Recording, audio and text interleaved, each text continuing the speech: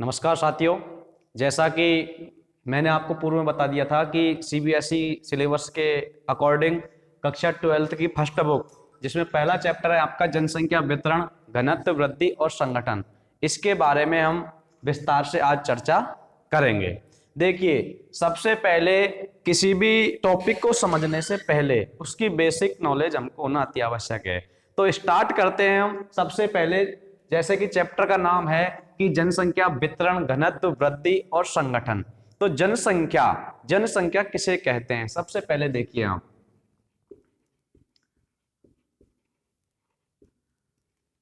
जनसंख्या जैसा कि आपको लग रहा है, इसके नाम से स्पष्ट हो रहा है कि जन प्लस संख्या।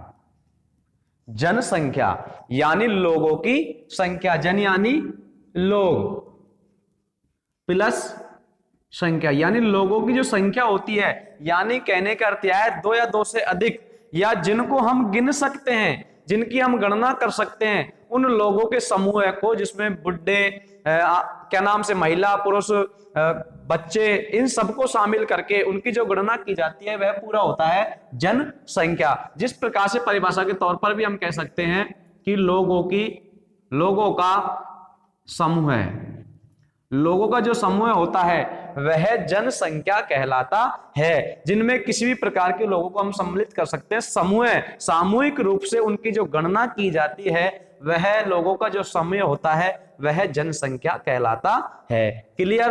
अब इसमें आगे चलते हैं कि सबसे पहले हमारे देश के अंदर, यानी सबसे पहले भारत देश में जो जनगणना का अर्थ होता है, एक होता है जनगणना, जनगणना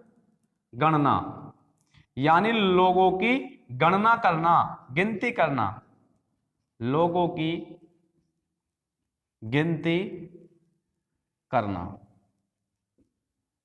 जनगणना, लोगों की जो गिनती करते हैं सामूहिक रूप से, वह जनगणना कहलाता है। तो सबसे पहले हमारे देश में, यानी हमारे देश में सर्वप्रथम जनगणना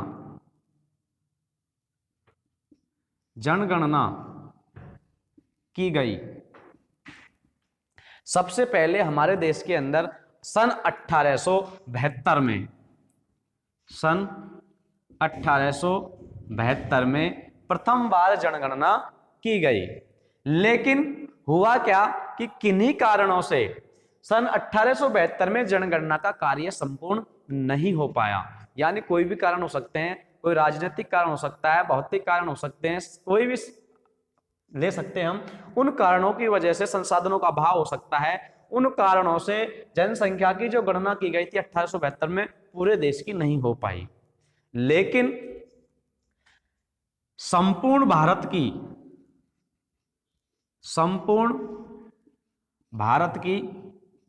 जनगणना, संपूर्ण भारत की जो जनगणना की गई वह 1881 में, सन 1881 में, यानी संपूर्ण भारत की जो जनगणना की गई थी, प्रथम बार संपूर्ण हुई थी, वह 1881 में की गई थी। अब हमारे सामने एक समस्या आती है। समस्या कौन सी आती है कि जो ये जनगणना है, ये 1872 में की गई थी एक बार, फिर उसके बाद में 1881 में क्यों गई, और अब जो चल रहा है वे 2000, हमारा 21 का दशक चल रहा है, तो 1872 में, यानी प्रथम बार जो जनगणना का काम उठाया था, जो बीड़ा उठाया था, वह 1872 में उठाया था। 1881 में उसकी संपूर्ण जनगणना सही तरीके से की गई। प्रत्येक एक दशक में, यानी प्रत्येक एक दशक में जनगणना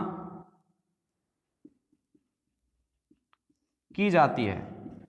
जो एक दशक होता है वह होता है, एक दशक कौन सा होता है? वह होता है 10 वर्ष पश्चात। 10 वर्ष पश्चात जो एक दशक होता है वह 10 वर्ष पश्चात होता है। जैसे कि 1881 में प्रथम बार संपूर्ण रूप से जनगणना की गई थी। तो दूसरा दशक स्वाभाविक है कि 1991 में हुई होगी या होगी। 1991 के बाद में 2000 वाला दशक हमारा प्रारंभ हो जाता है।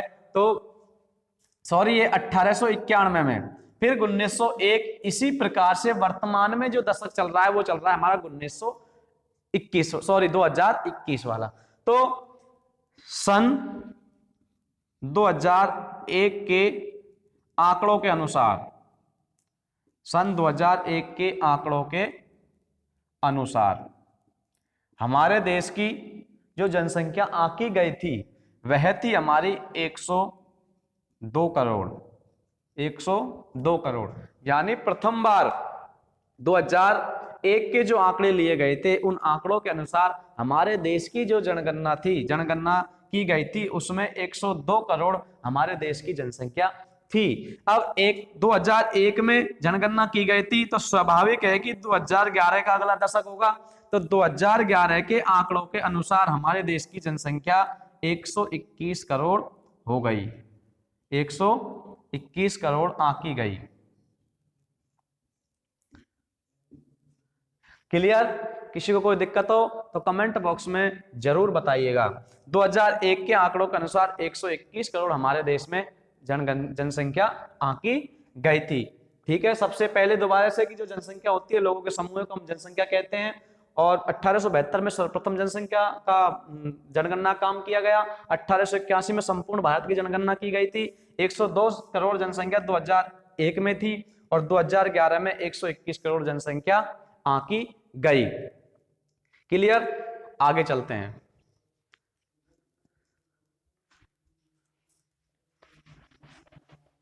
अगर किसी को किसी प्रकार कोई तकलीफ हो टॉपिक से संबंधित तो आप निसंकोच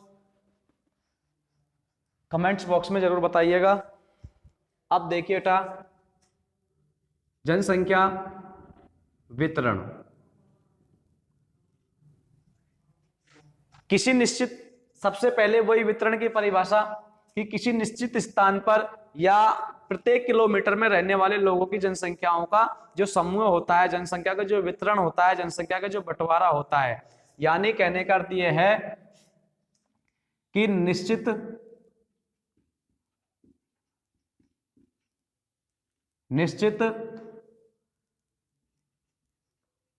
जनसंख्या का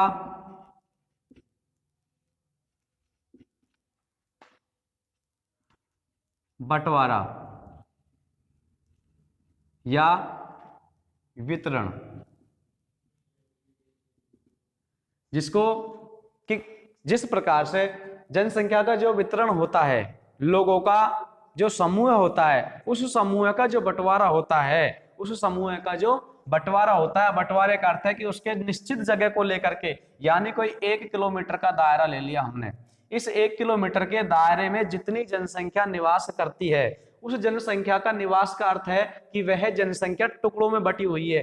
कहीं पर तो ज्यादा है, कहीं पर कम है, कहीं टुकड़ों में बटी हुई है, कहीं पर सघन है, कहीं पर विस्तारित रूप से फैली हुई है। तो उस जनसंख्या का जो वितरण है उसको कहते हैं हम जनसंख्या का वितरण। मुख्य तौर पर हमारे देश में, यानी मैं आपको क्लियर कर देता हूं कि इस बुक के अंदर जो हम पढ़ेंगे भारत, लोग और अर्थव्यवस्था, इस बुक के अंदर हम जो पढ़ेंगे वह पढ़ेंगे सारा का सारा भारत से संबंधित। दूसरी जो बुक है हमारी मानव भूगोल के जो मूल सिद्धांत है उसको हम पढ़ेंगे, उसमें हम सारी विश्व की चर्चाएं करेंगे। इसमें 0 से लेकर के और लास्ट टॉपिक तक जो चर्चा करेंगे हम भारत के बारे में करेंगे। तो सबसे पहले कि हमारे देश में, भारत में जनसंख्या का असमान वितरण पाया जाता है। असमान वितरण पाया जाता है, यानी कहने का अर्थ यह है कि हमारा जो इंडिया है उस भारत के अंदर जनसंख्या का जो वितरण पाया जाता है वह असमान पाया जाता है। असमान का अर्थ है कि समान न होना, असमान का अर्थ है कि अ प्लस समान, अर्थात समान न होना। समान का अर्थ है कि किसी निश्चित दायरे में बंधी हुई जनसंख्या नहीं है कि फिक्स है कि 1 किलोमीटर में इतने ही लोग रहेंगे, 1000 ही लोग रहेंगे, नहीं, असमान अलग अलग पाया जाता है। जिस प्रकार से कि जैसे कि मध्य प्रदेश,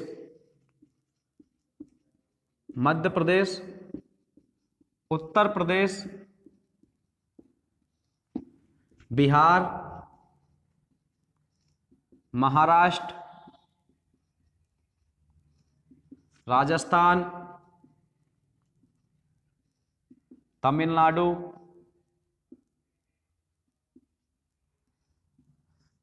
पश्चिम बंगाल, छत्तीसगढ़, गुजरात,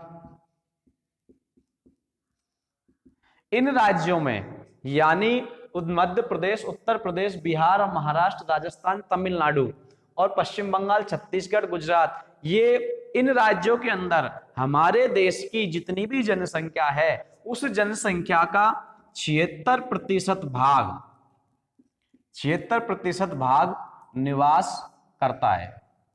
यानी 76% जो भाग है वह 76% भाग इन क्षेत्रों में निवास करता है। कहने का अर्थ यह है कि हमारे देश के अंदर जब से हमारा नया क्या नाम से जो केंद्र शासित प्रदेशों का निर्माण हुआ है, तब से हमारे देश के अंदर 28 राज्य और 9 केंद्र शासित प्रदेश हैं। उन केंद्र शासित प्रदेशों में जो 28 राज्यों में 76%, लगभग 10 राज्यों में निवास करती है। 76% जनसंख्या 10 राज्यों में निवास करती है। शेष जो राज्य हैं उन राज्यों में, शेष राज्यों में